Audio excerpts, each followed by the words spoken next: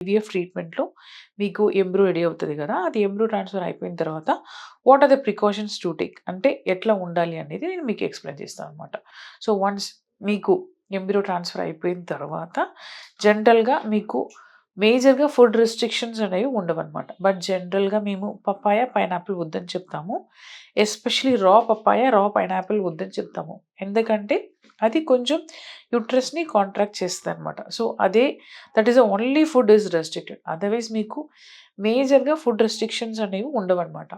చాలామంది non veg తినొచ్చా?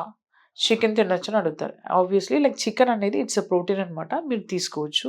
Even mutton, fish whatever non veg అనేది మీరు తీసుకోవచ్చు.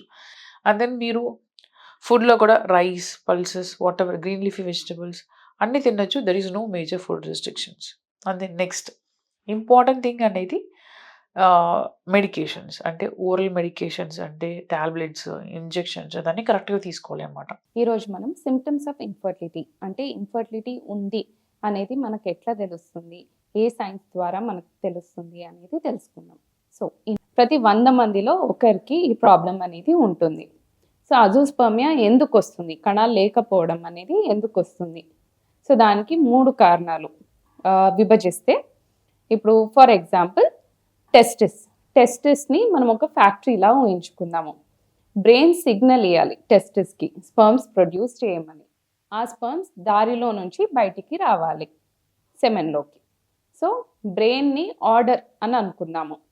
వల్ల ఈ ప్రాబ్లమ్స్ వస్తాయి కాబట్టి ఇన్ఫర్టిలిటీ అనేది ఇందులో ఉండొచ్చు. నెక్స్ట్ పెయిన్ ఉండడం, పీరియడ్ అప్పుడు పెయిన్ ఉండడం, డిస్మెనోరియా అని చెప్తాము. సో ఇంతకుముందు లేని పెయిన్ ఇప్పుడు సడన్గా అపియర్ అయ్యింది, పీరియడ్ అప్పుడు బాగా కడుపు నొప్పి వస్తుంది. ఇవన్నీ ఎండోమెట్రియోసిస్, అడ్నోమయోసిస్లో కనిపిస్తుంది.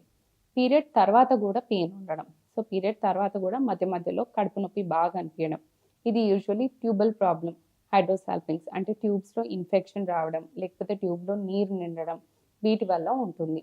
అండ్ గర్భసంచి పచ్చవడం అని చెప్తాం కదా, పిఐడి. సో ఇన్ఫ్లమేషన్ ఏమైనా ఉన్నా పెయిన్ అనేది పీరియడ్ టైంలో కాకుండా మధ్య మధ్యలో వస్తూ ఉంటుంది. ఈరోజు సర్వైకల్ క్యాన్సర్ గురించి మాట్లాడుకుందాము. సర్వైకల్ క్యాన్సర్ అంటే ఏంటి అని అంటే, మనకి గర్భాశయ ముఖద్వారంని మనం సర్విక్స్ అని అంటాం అనమాట. సో ఈ సర్విక్స్ రీజియన్లో వచ్చే క్యాన్సర్ని మనం సర్వైకల్ క్యాన్సర్ అని అంటాము. ఇది ఎందుకు వస్తుంది అని అంటే, మనకి హ్యూమన్ ప్యాపిలోమా వైరస్ హెచ్పివి అనే వైరస్ ఉంటుందండి. సో ఈ వైరస్ ఇన్ఫెక్ట్ అవ్వడం ద్వారా మనకి సర్వైకల్ క్యాన్సర్ అనేది వస్తుందన్నమాట. సో ఇది ఇండియాలో కొంచెం కామన్గానే ఉంటుంది, ఎక్కువ ఇన్సిడెన్స్. సో ఇది మెయిన్గా ఏంటంటే మల్టిపుల్ సెక్సువల్ పార్ట్నర్స్ ఉన్న వాళ్ళకి కానీ, లేదంటే పూర్ జెనెటల్ హైజీన్ మెయింటైన్ చేయడం వల్ల ఈ సర్వైకల్ క్యాన్సర్ రిస్క్ అనేది ఇండియాలో కొంచెం ఎక్కువగా చూస్తుంటాం అన్నమాట. ఇది సర్వైకల్ క్యాన్సర్ అనేది ఏంటంటే చాలా ఈజీగా ప్రివెంట్ చేయగలిగిన క్యాన్సర్ అండి. మనం ముందే కనుక దీని గురించి జాగ్రత్తలు తీసుకుంటే మనం ఈ సర్వైకల్ క్యాన్సర్ అనేది అసలు చాలా ఎర్లీ స్టేజెస్లోనే మనం డయాగ్నోస్ చేయొచ్చు అనమాట. సో ఈ సర్వైకల్ క్యాన్సర్కి మనకి హెచ్పివి వ్యాక్సిన్ అనేది ఉంటుందన్నమాట. సో ఇప్పుడైతే మనకి ఈవెన్ వ్యాక్సినేషన్ స్కెడ్యూల్లో కూడా ఈ హెచ్పివి వ్యాక్సిన్ అనేది ఉంది. ఈ హెచ్పివి వ్యాక్సిన్ అనేది మనకి ఒక 3 డోసెస్ ఉంటాయన్నమాట. So young girls between below 15 years of 9 to 15 years of age young girls అందరికీ ఈ హెచ్పివి వ్యాక్సిన్ అనేది ఇవ్వడం చాలా బెనిఫిషియల్ అనమాట. సో ఈ హెచ్పివి వ్యాక్సిన్ అనేది ఇచ్చినట్లయితే మనకి future risk of cervical cancer అనేది ప్రివెంట్ చేయొచ్చు అనమాట. జనరల్‌గా సెమెన్ అనాలిసిస్‌లో ఏమేం పారామీటర్స్ చూస్తారు? దాంట్లో థిక్‌నెస్, కలర్‌లు ఇట్లాంటి వాటిని బట్టి గూడా ఏమన్నా తెలుసుకోవచ్చా అనేది కొంతమంది అడుగుతారు. సో దీంట్లో ఏంటంటే సెమెన్ టెస్ట్‌లో నార్మల్‌గా మనము వాల్యూమ్ చూస్తాం. అంటే ఎంత వాల్యూమ్ వచ్చిందని. మరీ తక్కువ ఉండకూడదు. అంటే లెస్ దాన్ 0.5 ఉంటే వాళ్ళకేదన్నా డయాబెటిస్ కానీ, ఇంకా ఎజాక్యులేటరీ ప్రాబ్లమ్స్ కానీ ఉన్నట్లు. అలా కాకుండా నెక్స్ట్ కలరు, థిక్‌నెస్ కూడా చూస్తారు. సో సెమెన్ కలెక్ట్ చేసిన తర్వాత ఒక హాఫ్ అన్ అవర్ వరకు అది టర్బిడిటీ అంటారు. కొంచెం థిక్‌నెస్ అనేది తగ్గలేదు అంటే గనక వాళ్ళకి ఏదో ప్రాబ్లమ్ ఉంది అన్నట్టు.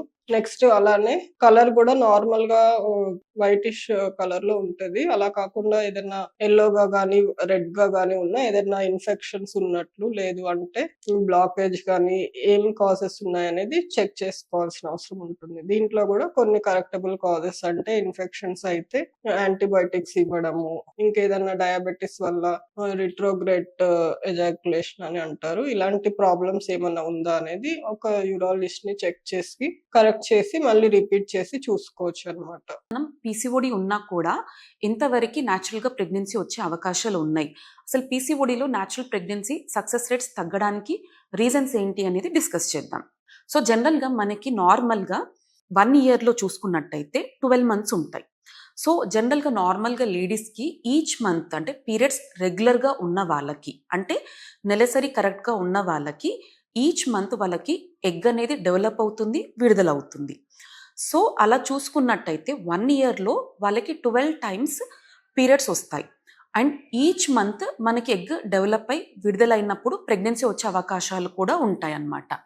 But coming to PCOD women, ఈ పీసీఓడితో సఫర్ అవుతున్న ఉమెన్కి ఏం జరుగుతుంది అంటే చాలామంది పీరియడ్స్ అనేటివి ఇర్రెగ్యులర్గా ఉంటాయి. కొంతమందికి 2 మంత్స్కి ఒకసారి, కొంతమందికి 3 మంత్స్కి ఒకసారి, మరి కొంతమందికి ఓన్లీ టాబ్లెట్స్ వేసుకుంటేనే పీరియడ్స్ వస్తూ ఉంటాయి అన్నమాట. అంటే వీళ్ళ దాంట్లో మెయిన్ ప్రాబ్లం ఏంటి అంటే ఎగ్ డెవలప్మెంట్ అండ్ అలాగే ఎగ్ విడుదల అవ్వడం అన్నమాట. సో కొన్ని అంటే ఏంటి 1 ఇయర్లో చూసుకున్నట్టయితే వాళ్ళకి మెన్సెస్ అంటే నెలసరి అనేది కొంతమందికి 6 సార్లు రావడం, కొంతమందికి 4 టైమ్స్ రావడం అలా ఉంటుందన్నమాట. సో దీని పరంగా చూసుకున్నట్టయితే సహజంగా వచ్చే ప్రెగ్నెన్సీ అనేది ఆటోమేటిక్గా మనకి 50% అనేది తగ్గింది.